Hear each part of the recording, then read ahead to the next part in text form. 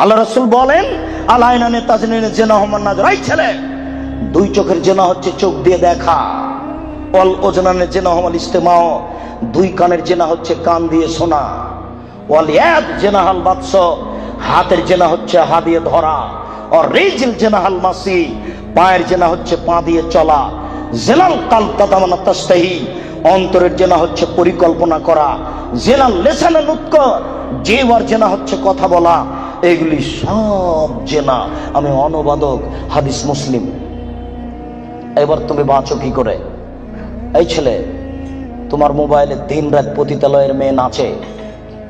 শোনো, আল্লাহ রাসূল বলেন, ইন্নাল মারাতা ইজাস্তাতারাত, যখন কোন মহিলা সাজসজ্জা গ্রহণ করে, সাজগোজ করে। দেখো, তুমি বিপদে পড়েছ, তোমার বোনও বিপদে পড়েছ। আমি অনুবাদক। তিনি বলেন, যখন কোনো মহিলা সাজসজ্জা করে, সাজগোজ করে, ঠোঁটে লিপস্টিক দেয়, পাউডার মাখে, তারপরে পুরুষের পাশ দিয়ে হেঁটে যায়, কেদা জানিয়ে ও ব্যভিচারণী, ও ব্যভিচারণী, ও ব্যভিচারণী। আমি অনুবাদক। 1450 বছর পূর্বে মুহাম্মদ সাল্লাল্লাহু আলাইহি ওয়াসাল্লাম কথা বলেছেন। আমি অনুবাদক, আমার কিছু করার নেই। আর তোমাকে বলেছে, তোমার মনে আছে দুনিয়াতে দুইটা পাপ আছে, মানুষ না করেই পাপী। মনে আছে কিনা তোমার? দুনিয়াতে দুইটা পাপ আছে, মানুষ না করেই পাপী। তার একটা পাপ হলো, কেউ যদি কাউকে বলে আসো জুয়া খেলি, খেলেইনি, খালি বলেছে আসো খেলি, তাহলে 10 জন ফকিরকে খাওয়াতে হবে। খেলেইনি, খালি বলেছে আসো জুয়া খেলি, তাতে কয়জন ফকিরকে খাওয়াতে হবে? 10 জন ফকিরকে সোয়াজি করে চাউল দিতে হবে, 100 কেজি করে। আরেকটা দুনিয়াতে পাপ আছে, না করেই পাপী।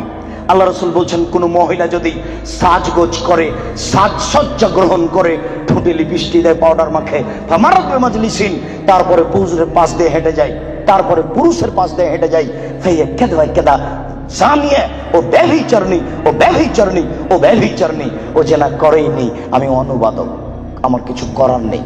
আমি নতুন ভাবে কিছু বলতে পারি না। 1450 বছর পূর্বে মুহাম্মদ সাল্লাল্লাহু আলাইহি ওয়াসাল্লাম এভাবে বলেছেন। আমি আপনাকে আজকে বাংলা, আরবি থেকে বাংলা করে শোনালাম। এভাবেই তিনি বলেছেন। সম্মানিত উপস্থিতি, এই ছেলে, এখানে তোমাকে আর একটা কথা বলে রাখছি, তুমি মনে রেখো। তুমি কথাকে উল্টে ধরিও না। আজকে তুমি ঢাকা সাভারে কথা উল্টে ধরেছ, তোমার ভুল হয়েছে, তুমি ভুল শুনেছ। আমি বলেছি, টিভিতে আন্তর্জাতিক খেলা, ক্রিকেট, ফুটবল দেখা তো বহু দূরের কথা। আমি বলেছি, আন্তর্জাতিক খেলা টিভিতে দেখা তো বহু দূরের কথা, আন্তর্জাতিক খেলার গল্প যেখানে চলে সেখানে বসে থাকাও হারাম। দেখি কোন মায়ের বেটা এই ফতোকে উল্টে ধরতে পারে। আর তোমার বাড়ির উপরে, 5 তলা বাড়ির উপরে অনেকগুলি পতাকা, তার একটা হচ্ছে ব্রাজিলের পতাকা। তুমি ব্রাজিলকে চিনো কে? তুমি কি ব্রাজিলকে চিনো কে? আচ্ছা, তুমি কি কোনোদিন ভেবেছো ব্রাজিলকে? আচ্ছা, তোমার বিদ্যা তো নেই, তোমার কি একটু বুদ্ধিও নেই? তুমি কি মানুষই নও? রাজশাহী চাঁপাইনবাবগঞ্জের ভাষাতে তুমি কি অমানুষ? তোমার ভিতরে কি কোনো মানবতাই নেই? ওরা ইহুদি, ওরা খ্রিস্টান, ওরা ইহুদি, ওরা খ্রিস্টান। শোনো, যদি তারা শোনে যে তুমি পায়খানায় পড়ে গেছ, তাহলে অট্ট হাসি দিবে। আর যদি তোমাকে পাশে পাই, তাহলে তোমার মাথার উপরে লাথি মারবে। আর যদি তোমাকে পাশে পাই, তাহলে আরো 3 বালতি পায়খানা তোমার মাথার উপরে দিয়ে দেবে। বলো দেখি, ওরা কারা? ওরা ইহুদি, ওরা খ্রিস্টান, ওরা জন্মসূত্রেই তোমার শত্রু। ওরা বলছে তোমার নবী ভুয়া, মুহাম্মদ সাল্লাল্লাহু আলাইহি ওয়াসাল্লাম ভুয়া নবী। নবী হলে আমাদের মধ্যে থেকে হবে কেন? ইব্রাহিম আমাদের, সুলাইমান আমাদের, দাউদ আমাদের, মুসা আমাদের, ঈসা আমাদের, ইয়াকুব আমাদের, ইউসুফ আমাদের, সব নবী আমাদের। মুহাম্মদ নবী হলে ইহুদি খ্রিস্টানদের মধ্য থেকে হবে, আমাদের মধ্য থেকে হবে। আরে মুহাম্মদ নাকি পৌত্তলিকের মধ্য থেকে হয়েছে। ছি ছি ছি ছি ছি, এ কেন নবী হবে? ছি ছি ছি ছি ছি, এ ভুয়া নবী। তুমি তার পতাকা মাথার উপরে তুলো কাপুরুষ। তোমার বিদ্যাকে আমি কবর দিতে এসেছি, তুমি মনে রেখো, তোমার আমি কিছু না কিছু উপকার করবই ইনশাআল্লাহ। শুনুন, দুনিয়াতে 2টি পাপ আছে, মানুষ না করাই পাপী। ফুটবল, ক্রিকেট, র্যাকেট, খেলা যায় ওই সময়তে যখন টাকার হারজিত থাকবে না, শরীর চর্চা থাকবে, তখন যায়। ফুটবল, ক্রিকেট, র্যাকেট, ভলিবল এগুলো খেলা যাবে ওই সময়তে যখন টাকার হারজিত থাকবে না, শরীর চর্চা হবে। আর যাতে শরীর চর্চা নেই, বসে বসে সময় কাটাই, এটা খুবই খারাপ। চৌসার, ছক্কা, লুডু, দাবা, পাঞ্জা, ক্যারাম বোর্ড, তাস, গেমস, এইসব খেলায় যদি কেউ অংশগ্রহণ করে তাহলে সে তার হাতকে শরীর শুকুরের রক্তের মধ্যে ডুবিয়ে দিয়েছে। মোহাম্মদ সাল্লাল্লাহু আলাইহি ওয়াসাল্লাম বলেন, মান লাইবা বিনারদি শির ফাকাদাত খালায়াদাহু বিদামি খিনজির। কেউ যদি চৌসার, ছক্কা, লুডু, দাবা, পাঞ্জা, ক্যারাম বোর্ড, তাস, গেমস এই ধরনের খেলায় অংশগ্রহণ করে, সে তার হাতকে শরীর শুকুরের রক্তের মধ্যে ডুবিয়ে দিয়েছে। তুমি সাবধান থাকো। সম্মানিত উপস্থিতি, রাসূল সাল্লাল্লাহু আলাইহি ওয়াসাল্লাম বলেন, ইন্না মিম্মা তাখাওয়াফা আলা উম্মতি, আমার উম্মতের উপরে আমি সবচেয়ে যেটা বেশি ভয় করি, পৃথিবীর মানুষ, আমি বলে গেলাম মুহাম্মদ সাল্লাল্লাহু আলাইহি সাল্লাম, আমার উম্মতের উপরে আমি সবচেয়ে যেটা বেশি ভয় করি, এক নম্বর ভয় হচ্ছে আমার উম্মত জেনায় লিপ্ত হবে, এইটা আমার ভয়। দুই, শাহওয়াতুল খাফিয়া, আমার উম্মত গোপন পাপে লিপ্ত হবে, এইটা আমার ভয়।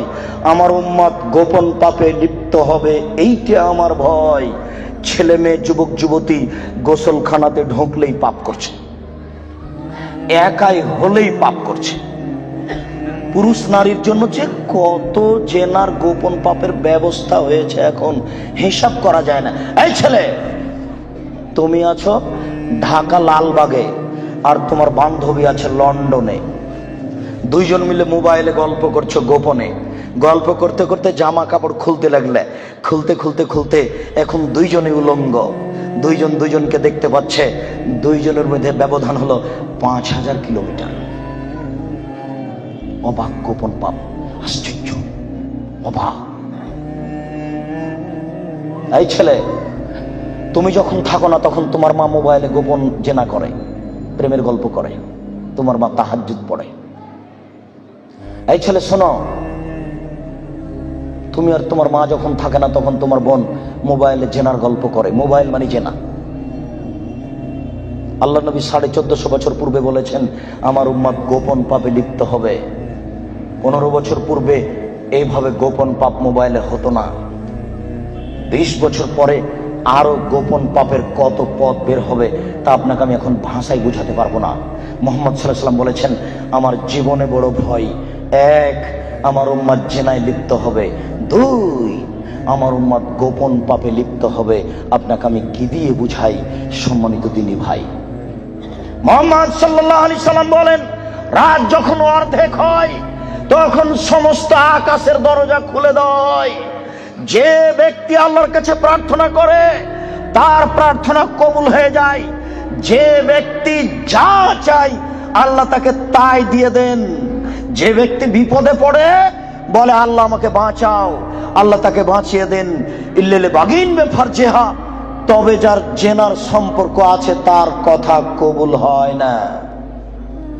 এই ছেলে শোনো, তুমি ম্যাট্রিক পরীক্ষা দিয়েছো, আল্লাহর কাছে প্রার্থনা করছো, আল্লাহ আমার রেজাল্টটা ভালো করে দাও, আল্লাহ আমার রেজাল্টটা ভালো করে দাও, আমাকে গোল্ডেন দাও। আর তোমার মা তাহাজ্জুদ পড়ার পরে চোখের পানি ঝরিয়ে বলছে, আল্লাহ আমার ছেলেটাকে একটা ভালো রেজাল্ট দাও, গোল্ডেন দিয়ে দাও আমার ছেলেকে। এইভাবে তোমার মা রাতের অন্ধকারে চোখের পানি অঝর নয়নে ঝরিয়ে কাঁদছে। তুমি যখন থাকো না তখন তোমার মা মোবাইলে প্রেমের গল্প করে। তোমার মা কিয়ামত পর্যন্ত কাঁদলেও তার কথা কবুল হবে না। আমি অনুবাদক, আমি বুঝাতে পারলাম না। অর্ধেক রাত হলে আকাশের দরজা কি হয়? খুলে দেওয়া হয়। যে যা চাই তাকে আল্লাহ তা দিয়ে দেন। যে যে বিষয়ে প্রার্থনা করে সেটা আল্লাহ কবুল করেন। যে যে কোনো বিপদে পড়েছে আল্লাহ তাকে উদ্ধার করেন। তবে যার জেনার সম্পর্ক আছে তার কথা আল্লাহ কবুল করেন না। আমি কি দিয়ে বুঝাই জেনা কত বড় বিপদ? আমি কি দিয়ে বুঝাই আপনাকে জেনা কত বড় বিপদ? যেটা ঘরে ঘরে হচ্ছে, যেখানে সেখানে হচ্ছে, যেটা মানুষের কাছে আজকে পাপের কাজ নয়। শোনো, মুনাফিকি করো না বক্তব্যের সাথে। এই ছেলে, তোমাকে আমি কঠিন ভাবে বলে যাচ্ছি, তুমি বক্তব্যের সাথে মুনাফিকি করো না। এখান থেকে উঠার আগে মোবাইলে যত মেয়ের নাম্বার আছে তুমি কেটে দিয়ে উঠবা। জিন্দেগিতে কোনোদিন কোনো মেয়ের সাথে গল্প করো না, তোমার সাথে এ অংশে আমার জরুরি কথা আছে, তুমি একটু ধৈর্য ধারণ করো, একটু সামান্য একটু থামো, তোমার সাথে আমার আরো জরুরি কয়েকটি কথা আছে। মুহাম্মদ সাল্লাল্লাহু আলাইহি সাল্লাম বলেন, আমি রাতে ঘুমিয়েছিলাম, জিবরাইল আমার ডান হাত ধরলেন, মেকাইল আমার বাম হাত ধরলেন, ধরে আমাকে নিয়ে চলে যাচ্ছেন। যেতে যেতে দেখি অনেক মানুষ আসাদু সাইনতে খাফান, ফুলে ফেঁপে বিশাল বিশাল আকৃতি ধারণ করে আছে, 50 হাত 100 হাত উঁচু উঁচু হয়ে আছে। ওয়ান্তানাহু রিহান, দুর্গন্ধে টিকা যায় না, এত গন্ধ। কান্নাহুল মারাহিজ, মনে হচ্ছে যেন তারা গ্রামের টয়লেট, মনে হচ্ছে যেন তারা গণশৌচাগার, মনে হচ্ছে যেন তারা গ্রামের টয়লেট, মনে হচ্ছে যেন তারা গ্রামের শৌচাগার। যেই শৌচাগার টয়লেট পরিষ্কার করা হয় না, গণশৌচাগার, গন্ধে টিকা যায় না, বিশাল বিশাল রূপ ধারণ করে আছে। আমি বললাম, জিবরাইল মানহাউলাই, কি এরা কে? জিবরাইল, এরা কারা? ছি ছি ছি ছি, এরা কারা? এতক্ষণে গন্ধ, এতক্ষণে ফুলে আছে। তখন জিবরাইল বললেন, অহমদ জোনাতা সাওয়ানি, এরা হলো ব্যভিচার, ব্যভিচারনি। বলো যুবক, মোটা মোটা হ্যাঁ ফুলে আছে, খুব গন্ধ, এরা কারা? ব্যভিচার, ব্যভিচারনি। তুমি সাবধান থাকো, তুমি একটু অপেক্ষা করো। শুনুন, আল্লাহ নবী বলছেন যে আমার ডান হাত জিবরাইল ধরলেন, বাম হাত মেকাইল ধরলেন, ধরে নিয়ে চলে যাচ্ছেন। যেতে যেতে দেখি একটা গর্ত, চুলার মতো। কোন চুলা? যাতে তন্দুরি রুটি হয়। তন্দুরি রুটি চুলা দেখেছেন? ভিতরে রুটি দিয়ে সিদ্ধ হলে বের করে নেওয়া হয়, এরকম চুলা। নার, তার ভিতরে দেখি ধাঁধা ধাঁধা ধাঁধা করে আগুন জ্বলছে। হয় যে ইরতাফাও ইরতাফাও, আগুন যখন জোরে জ্বলে উঠছে তখন ওর ভিতরে যা কিছু আছে সব উপরে চলে যাচ্ছে। হয় যে খামেদাত রাজাউ ফিহা, আর যখন আগুনটা কমে আসছে তখন সব নিচের দিকে চলে যাচ্ছে।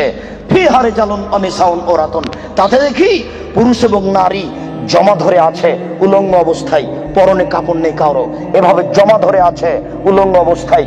আগুন যখন জোরে জ্বলে উঠছে দাদা দাদা দাদা করে উপরে চলে যাচ্ছে, আবার যখন আগুন কমে যাচ্ছে তখন নিচের দিকে চলে যাচ্ছে, আর উপরে উঠলে মনে হচ্ছে যেন বের হয়ে পড়ে যাবে। দেখে সেখানে পুরুষ এবং নারী উলঙ্গ অবস্থায় জ্বলছে। আমি বললাম, জিবরাইল মানাউলা, এরা কারা? তখন জিবরাইল বললেন, অহমদ জনাত, তারা হলো ব্যভিচার, ব্যভিচারিণী। আল্লাহ নবী বলেছেন, যেসব মহিলারা জেনায় লিপ্ত হবে ওদের লজ্জা স্থানের গন্ধে জাহান্নামীরা জাহান্নামে টিকতে পারবে না। যেসব মহিলারা জেনায় লিপ্ত হবে ওদের লজ্জা স্থানের গন্ধে জাহান্নামীরা জাহান্নামে টিকতে পারবে না।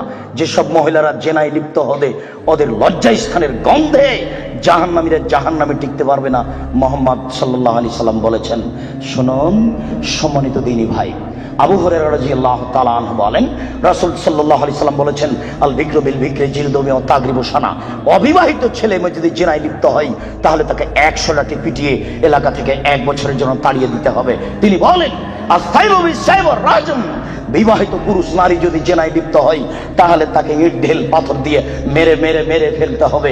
এদেশের লাখো ভাবিকে ইট ঢেল পাথর দিয়ে মেরে ফেলতে হবে যারা দেবরের সাথে জেনায় লিপ্ত হয়েছে। এদেশের লাখো দুলাভাইকে ইট ঢেল পাথর দিয়ে মেরে ফেলতে হবে যারা সেলিকার সাথে জেনায় লিপ্ত হয়েছে। এদেশের লাখো পুরুষকে ইট ঢেল পাথর দিয়ে মেরে ফেলতে হবে যাদের স্ত্রী থাকার পরেও অন্য নারীর সাথে জেনায় লিপ্ত হয়েছে। এদেশের লাখো নারী বেহায়া, বেশরমা, লজ্জাহীনা নারী যারা স্বামী বাড়িতে থাকার পরেও অন্য পুরুষের সামনে নিজের পরনের কাপড় খুলে উলঙ্গ অবস্থায় জেনায় লিপ্ত হয়। শুনুন, এদের ইট ঢেল পাথর দিয়ে মেরে মেরে মেরে ফেলতে হবে, এদের বাঁচার কোনো পথ নেই। রাসূল সাল্লাল্লাহু আলাইহি সাল্লাম বলেন, 3 শ্রেণীর মানুষকে হত্যা করতে হয়, তবে 2 শ্রেণীর মানুষের বাঁচার পথ আছে।